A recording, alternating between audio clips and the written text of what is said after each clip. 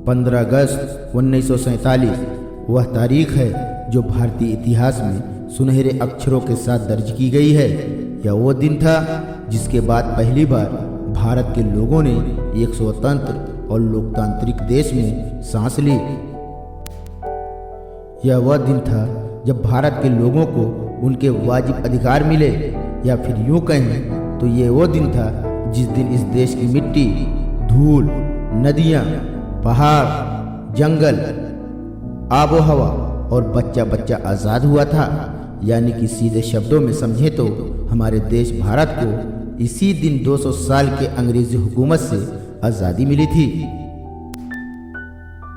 मगर इस एक आज़ादी को पाने के लिए हमने लंबा संघर्ष किया। इसके लिए कई लड़े, कईयों ने हुकूमत के अत्याचारों का सामना किया, कईयों ने चोट खाई, कई शहीद हुए, कईयों ने मुस्कुराते हुए फांसी के फंदे को चूमकर गले से लगा लिया, तो कईयों ने अपना पूरा जीवन, अपनी पूरी जवानी इस आज़ादी को पाने में झोंक दी।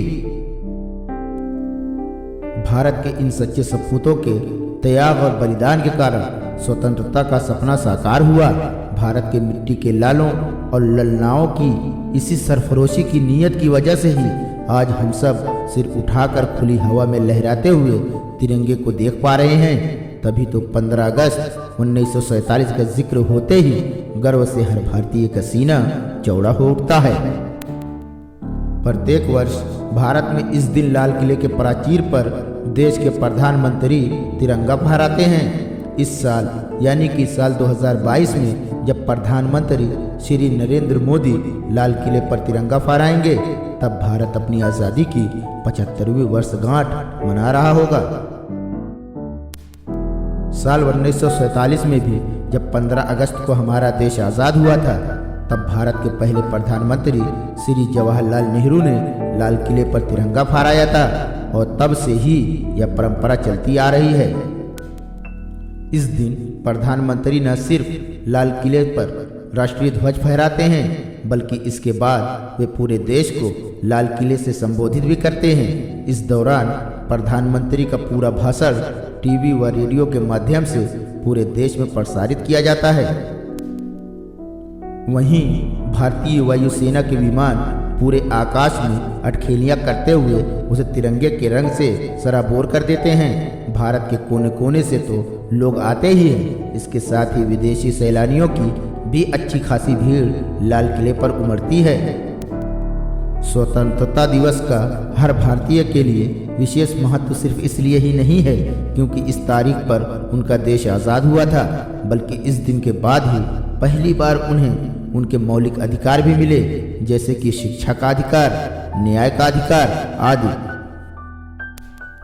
यह दिन देश भर के लोगों के अंदर एक राष्ट्रवादी भावना पैदा करता है तथा भारत जैसे विविधता भरे देश में उनके अंदर एक राष्ट्र की अवधारणा के साथ एकजुट रहने को प्रेरित करता है।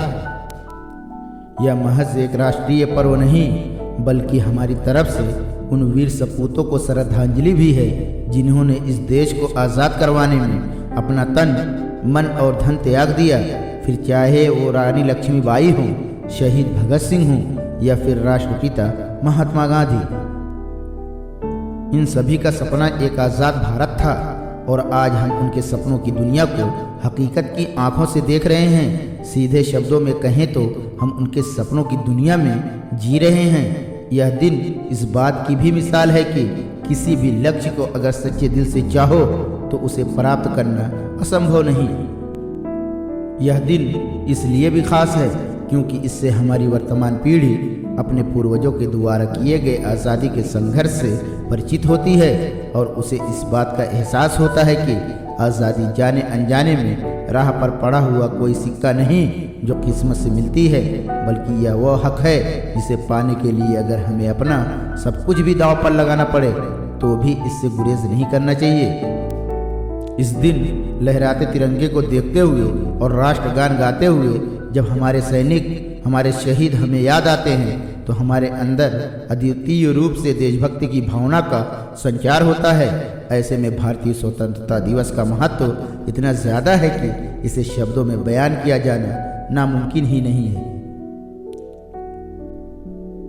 अंत में अल्लामा इकबाल की 4 पंक्तियों के साथ इसे अंत करना चाहूँगा। यूनान मिस्र रूमा सब मिट गए जहाँ से, अब तक मगर है बाकी नामो निशा हमारा। कुछ बात है कि हस्ती मिटती नहीं हमारी, सदियों रहा है दुश्मन दौरे ज़मा हमारा।